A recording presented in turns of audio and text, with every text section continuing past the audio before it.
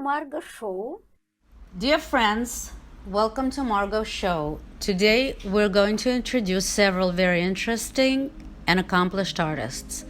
Please enjoy and thank you for watching Margo Show.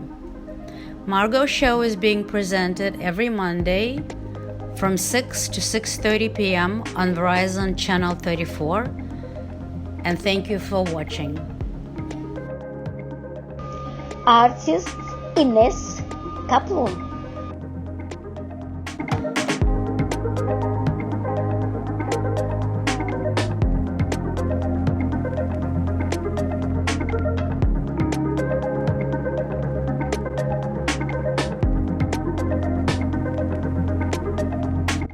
Artist Igor Stasovsky.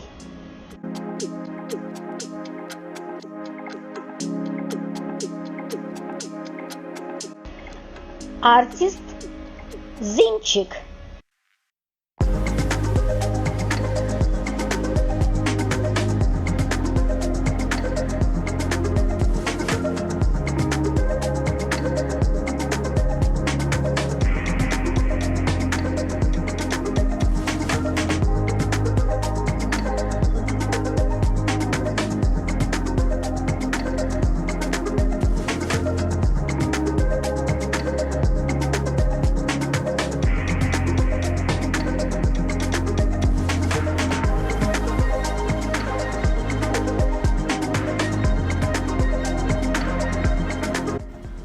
Artist Grigory Gurevich.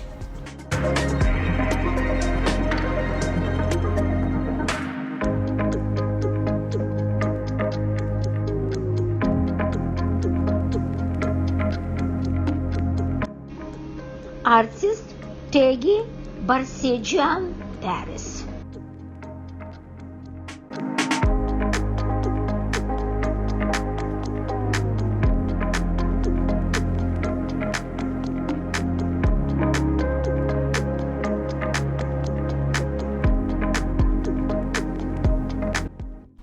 Artist Khasiev.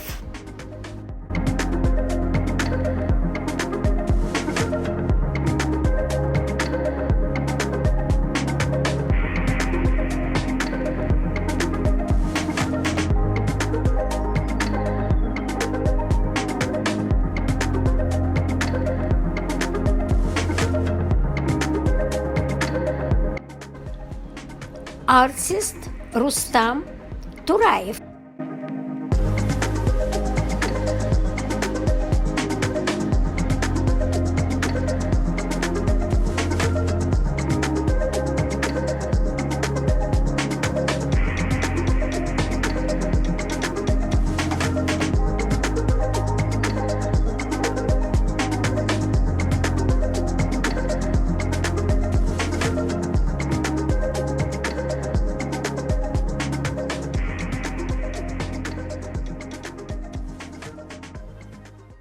I would like to introduce this wonderful artist.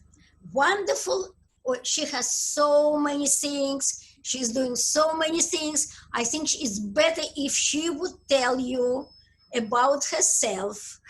She will tell you everything about herself because she's doing many things. She's an artist. She's a coach. She's she's a bestseller book writer. What is the name of your book, actually? Art Completes You. Art Completes You, Transformation Through, I don't know if you can see it, but Art Completes You, Transformation Through Art in the Science of Completion. Unbelievable. So maybe you just explain what is it about? Yeah, absolutely. Especially nowadays, super important. I learned throughout my life to understand many things through art, through creating different paintings, contemplating on complex ideas. So I used to have a school in New Jersey, the art school. So after I was clear on the method and how I present it, I put together it in a book And it's not my first book, but it's the first one which had that success. So it's a bestseller. Like yes, yes. Amazon bestseller. So it's unbelievable. So what is another book? Tell us why we're talking about books. I had books for parents because I had a story with my daughter with a learning disability, overcoming that. So I had a book of exercises for parents, what they can do. I have small books that accompanied workshops that I was giving for women, or coloring books. But really that method and the whole concept of living life through art is probably the most exciting thing that happened in my life and that I'm sharing with my students and those who support me creating art. And what about classes? You told me that, okay, I have classes. What are you teaching? You're teaching? Your coach? Yeah, so right now virtually because we are quarantined, right? So it's that not super pleasant time. But I do two groups. One group is for Russian speaking people because right now the book is translated into Russian and it's going to be probably published by the fall. So I conduct the set of classes on this method, how to become an artist, how to stop self-doubts. For the Russian audience, it's a Facebook group through which it's just live classes. And the same thing, I have Art Completes You group for English speaking students and friends. I have now some my body artists who can also teach that method. So we do through live streams on Facebook as well. Okay, but this is for adults or for the children? For adults. I'm going to do the series of workshops for parents. If you teach just the child, but parent doesn't understand the concept, it's not as effective.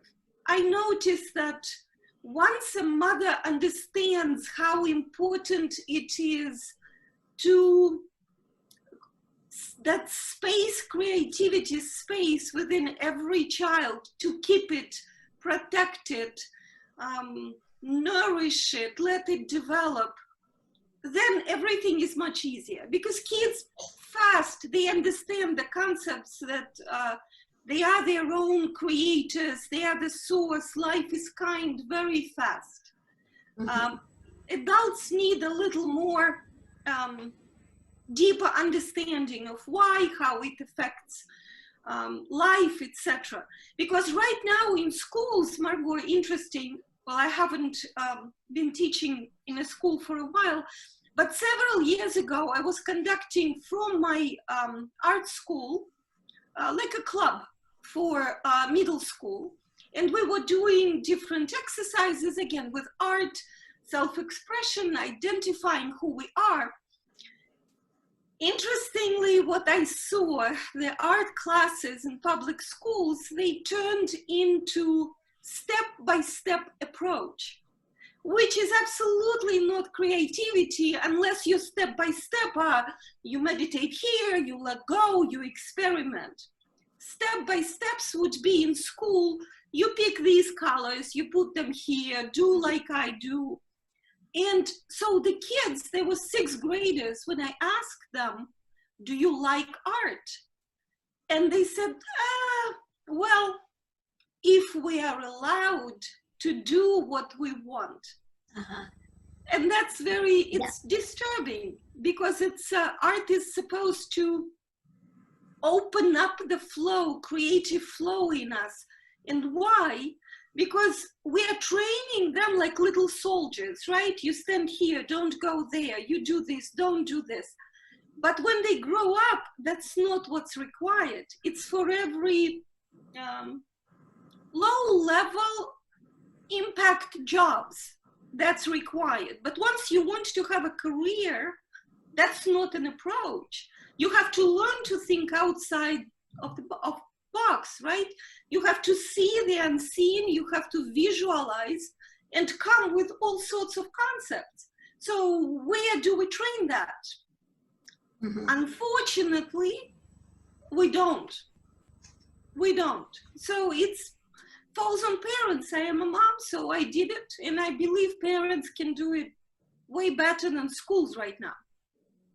So approximately how many people in your group interesting? It's like they're not huge. It's like 1, 2, or it's just a real group, like 5, 6, 7. What? How many? Yeah, they are not huge, but they are 800 in Art Completes You. Russian group has maybe 100-something people, so they're not like really overwhelming. And with that number, I still can communicate. It's not that big of a number. We are doing in both groups, it's based on this book that people get. We do Radiate Joy introduction. So it's just the classes when you understand what it is behind the artist's mind. What do we think?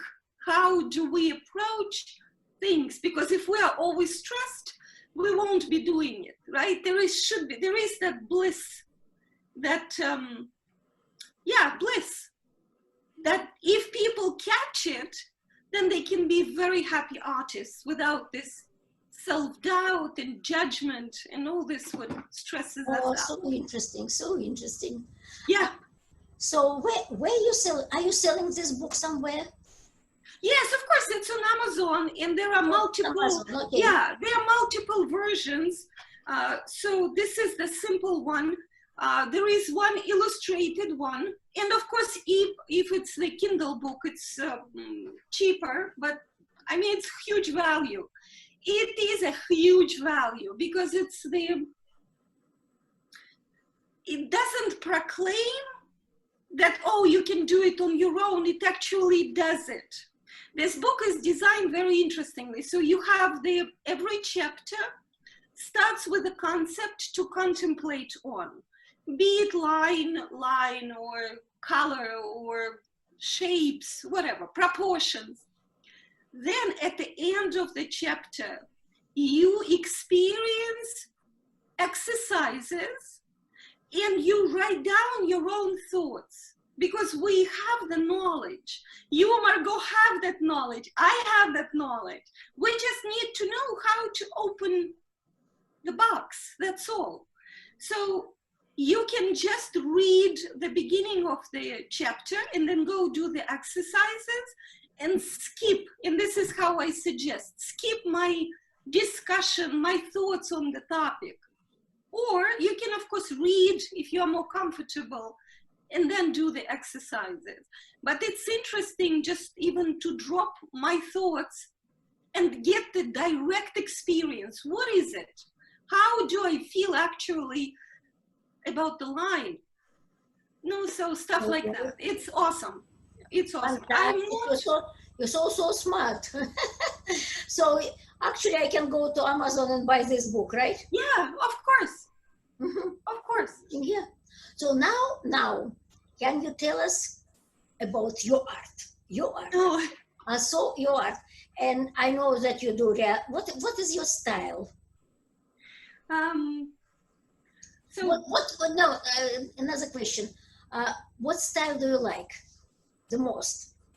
I like the combination of the abstract art, which gives a lot of feeling, but no specific forms and shapes, with some recognizable, and for me, I really like people, so it's got to be a body or a face or something like that. I like that fusion very much. I grew up in the family of 2 Russian artists. Oh, that I would like to find out.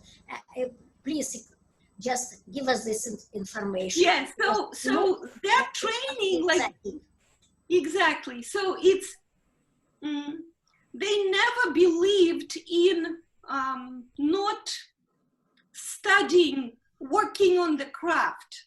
You know how some people think that, okay, so I'm just inspired, I'm going to do something, whatever it is, and it's art because I see it this way.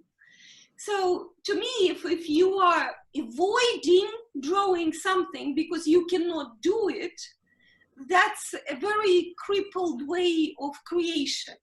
So, but once you have that craft mastery, you can play with whatever you want, lines, dots, whatever, it doesn't matter.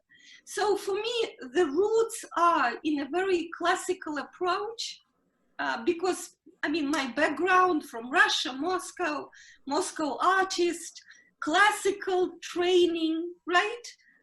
To what I am now, which is a lot of feeling, a lot of ability to paint the unknown. And another thing, Margo, is super important for me is the relevance to whatever is happening. So I am doing right now, it's like a small series of duality, how to look at life, how to understand life, because we look at things and sometimes people say, oh, that's bad and that's good, that's black and that's white, and then the whole life in between. So our judgment is very crippled. So that's what I like to work through with the help of art. So for me, that deeper life truths through art is what I love. And I also noticed that you can decide ahead of time and kind of see the whole painting in your head. But then I am like nothing unexpected. You saw it, you know it's there. So I really like the ability to start painting, communicating with unknown. So it gives me the chance to see what it wants, what divine wants to express through me. So for me, it's very much meditation. It's very much soul searching. It's very much understanding something at the next level. That's what it is. I'm sorry. What about meditation? Because looks like you're very involved in this. Okay, so tell us what you do. Yes, yeah, I traveled a lot in India, and I have to say, like this art completes you method. It's not that I mean, I put it together, but it has deep roots in the Hindu tradition. So at one point, I became also a meditation instructor from the Hindu University. And I shared that with, here in New York, actually conducted classes for our library. Meditation, there are forms of meditation that can be easier for us today. Because if we say to the people, okay, so you go and just sit under the tree. And the person went, sat under the tree, but the whole spin inside the head didn't go anywhere, right? It's still there and it's, okay, so, but now I'm sitting under the tree with that whole thing. So what can be done actually to play with the different sounds, they are very popular, heart opening meditation, for example, or art meditation. When your process is still happening. So I like those, and I encourage everyone, especially today, to aside like 15 minutes, put aside 15 minutes for that. Sculptor Emil Silberman.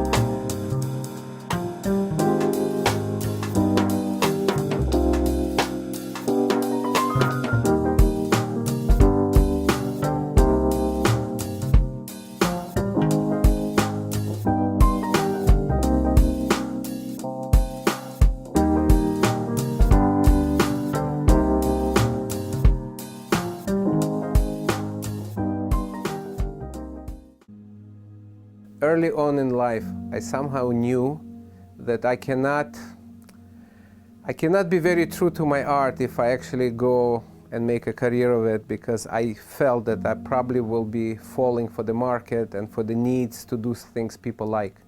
My name is Emil Silberman, and I'm a sculptor. You are in the basement of my house where I store some of the sculptures. Now, as far as the works and the pieces that I make, all of them have some sort of story and understanding, and without maybe a little introduction, it's actually difficult to enter it.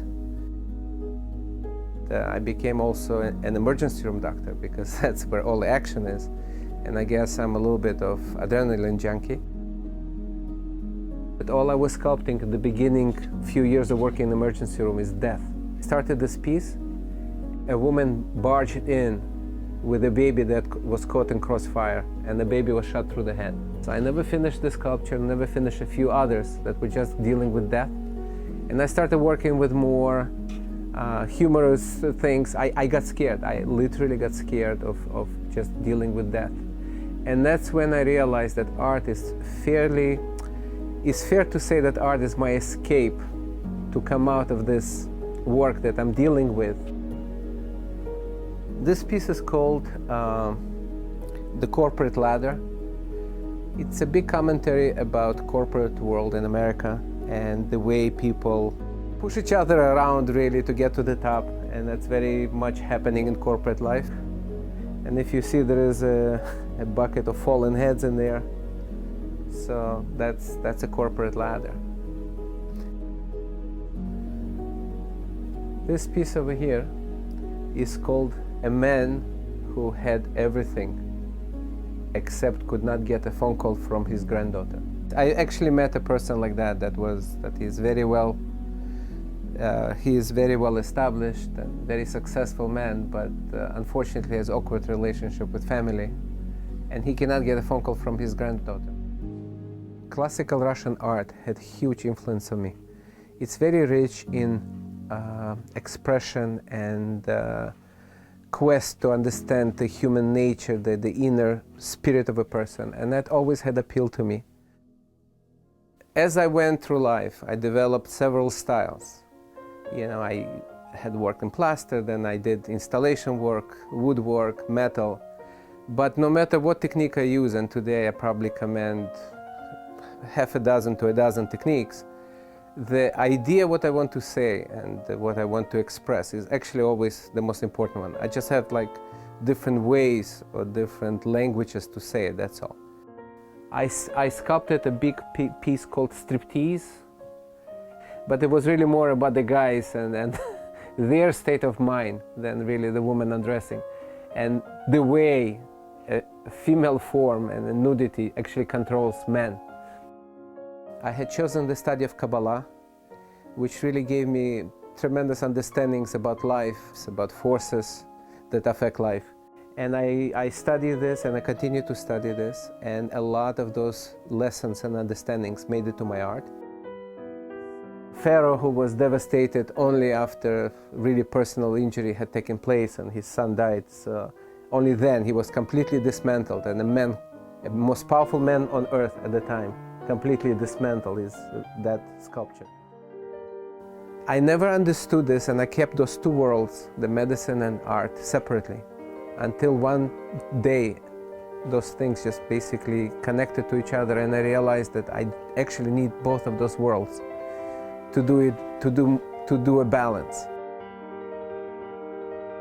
Sometimes when I don't even know what to do, I would just come here and I just do faces, like, you know, and somehow my mood comes through those faces. Interesting.